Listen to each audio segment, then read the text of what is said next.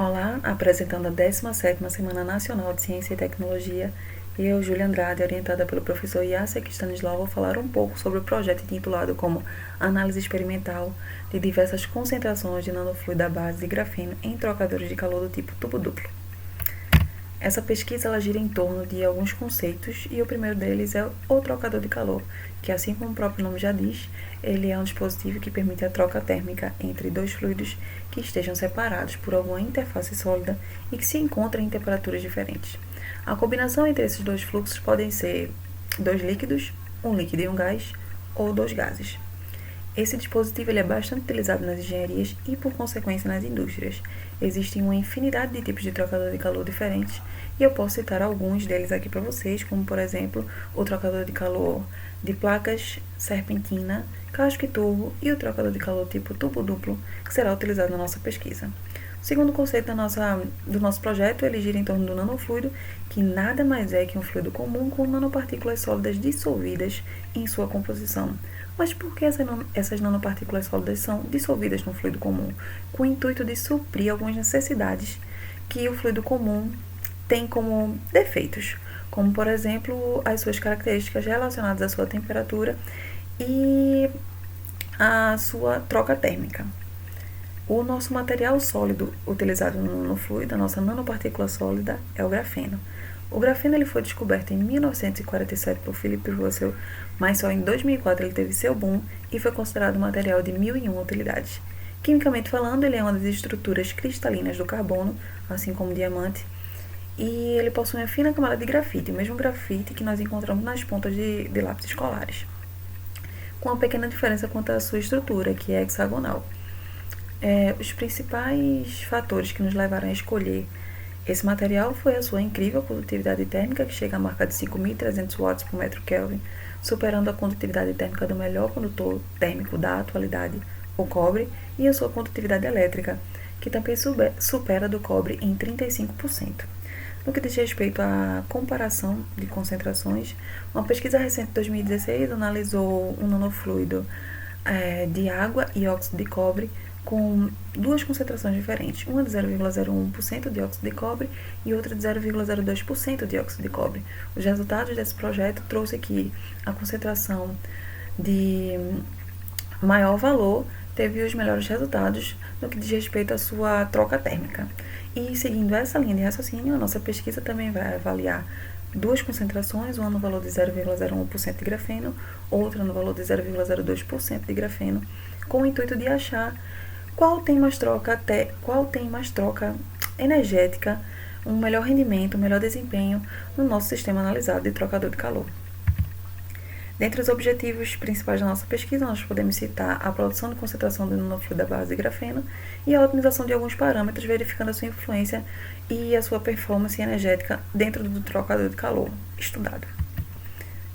A metodologia acontece de forma experimental na sala de termofluidos do IFPE Campus Recife, e lá é possível encontrar uma bancada de trocadores de calor do tipo uma bancada de trocadores de calor da TD360 da Tech Equipment. Eu costumo dizer que ela tem duas áreas de atuação, uma área física experimental, onde você pode colocar o trocador de calor a ser trabalhado, determinar vazões, temperaturas e demais parâmetros, e uma parte computacional, onde você pode conectar um computador à bancada por meio de um software disponibilizado pela empresa que nos permite trazer todos os dados experimentais para o computador em forma de uma planilha. Essa bancada é alimentada de duas maneiras, com uma fonte externa, nossa água, e um reservatório interno, que será o nosso nanofluido. O nosso trocador de calor é o tubo duplo, ele é formado por dois tubos concêntricos, o interno, onde passa o nosso fluido quente, o nosso nanofluido, o externo, onde passa o nosso fluido frio, a água. Ele dispõe de 3 termopares que medem a temperatura inicial, final e média do sistema. Também dispõe de 4 entradas e saídas de fluxo que nos permite fazer uma combinação em escoamento, tanto em fluxo paralelo e em contrafluxo. Com a bancada de trocador preparada, o trocador de calor tipo tubo duplo lá instalado, nós podemos começar a colheita de dados. É colhido uma amostra com 10 dados de 10 em 10 minutos para cada temperatura trabalhada, 40, 50 e 60 graus Celsius. Como é feita essa colheita? São colhidos 10 dados e as cinco primeiras medidas acontecem da seguinte forma: o fluido quente variando de 0,5 a 0,5 litros por minuto e o fluido frio na vazão de 2,5 litros por minuto. Nos outros próximos 5, a gente inverte o sistema. O fluido quente fica fixo na vazão de 2,5 litros por minuto e o fluido frio variando de 0,5 a 0,5 litros por minuto. A cada nova combinação de vazão é necessário esperar 10 minutos para poder estabilizar o fluxo dentro do trocador de calor e a gente poder colher os melhores dados possíveis referente a essa troca térmica que está acontecendo lá dentro. Dentro dos resultados de discussões, o gráfico comparativo de concentrações de nanofluido à base de grafeno na análise experimental mostra que, para o nanofluido de 0,01, quanto maior a sua temperatura, menor a dispersão entre os dados. Ou seja, o gráfico de 40 graus Celsius, ele tem uma dispersão menor do que o de 50, assim como de 50 graus Celsius tem uma dispersão menor que de 60 graus Celsius. Diferentemente do nanofluido de 0,01%, o de 0,02% se comporta de forma oposta. Quanto maior a sua temperatura, maior a sua dispersão.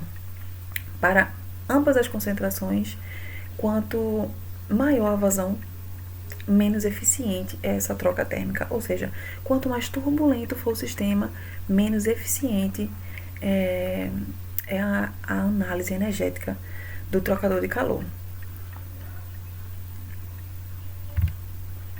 A variação percentual das concentrações do nanofluido mostra que o nanofluido, concentração de 0,02%, ele tem um rendimento energético melhor para o sistema, ele tem uma troca maior de calor e existe uma expressividade de dados relativamente alta, mas isso acontece devido à perda de carga que existe no sistema de análise experimental.